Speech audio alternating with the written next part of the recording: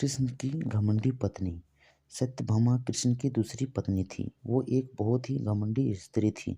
उसका ये मानना था कि वो सबसे सुंदर और सबसे अमीर स्त्री थी, क्योंकि उसके पिता एक बहुत ही धनवान व्यक्ति थे।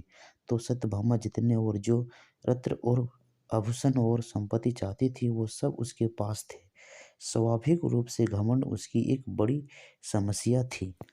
एक बार कृष्ण के जन्म दिवस के अवसर पर सत्यभामा ने सोचा कि वो सबको दिखाएगी कि वो कृष्ण को कितना प्यार करती थी। तो उसने तय किया कि वो कृष्ण के वजन जितना सोना शहर के लोगों में बांटेगी। इसे तुलाभार कहते हैं। ये मंदिरों में होता है।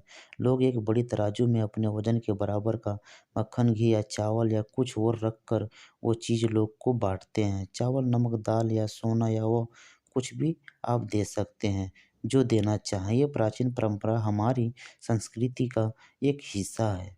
सत्यभामा ने तुलाभार की व्यवस्था की। लोग बहुत प्रभावित हुए, पर कृष्ण पर इन बातों का कोई असर नहीं हुआ। वे जाकर तराजू के एक पल्ले पर बैठ गए। सत्यभामा जानती थी कि उनका वजन लगभग कितना है और उसने उतना सोना तैयार ही रखा था। पर जब उसने सब दूसरे सोने पल्ले पर रखा तो कांटा जरा भी नहीं हिला। कृष्ण का पल्ला थोड़ा भी ऊपर नहीं हुआ।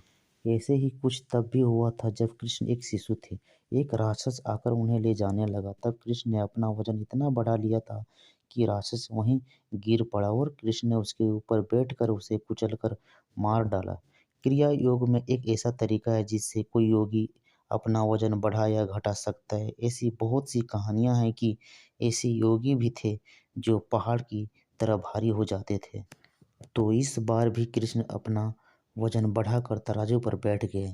सत्यभामा ने उतना सोना दूसरे पल्ले पर रख दिया था जितना उसके हिसाब से कृष्ण के वजन के बराबर था, पर कुछ हुआ ही नहीं। तब तक शहर के सभी लोग ये घटना देखने के लिए आ गए थे। तब उसने अपने नौकरों से वो सभी गहने मंगवाए जो उसके पास थे। एक के बाद एक वो गहने डालती जा रही थी और सोच रही थी कि काम हो जाएगा, पर कुछ नहीं हुआ। तब उसने वो सब कुछ भी रख दिया जो उसके पास था, पर पल्ला जरा भी नहीं हिला।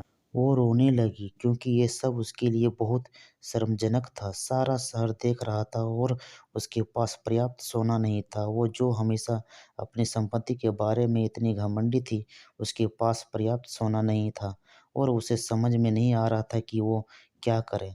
तब उसने रुक्मणी की ओर देखा, जिससे वो बहुत जलती थी और हमेशा परेशान रहती थी। उसने रुक्मणी से पूछा, अब मैं क्या करूं, क्योंकि ये बात सिर्फ मेरे लिए नहीं पर तुम्हारे और हम सबके लिए भी बहुत शर्मजनक है। मैं क्या करूं? तब रुक्मणी बाहर गई और तुलसी के पौधे के 3 पत्ते उठा लाई। जैसे ही तुलसी के वे पत्ते उसने तराजू के दूसरे पल्ले पर रखे, कृष्ण का पल्ला तुरंत ही ऊपर आ गया। दोस्तों, यह स्टोरी आप लोगों को कैसा लगा? कमेंट में ज़रूर लिखिए। लाइक कीजिए, शेयर कीजिए और सब्सक्राइब। जय श्री राम।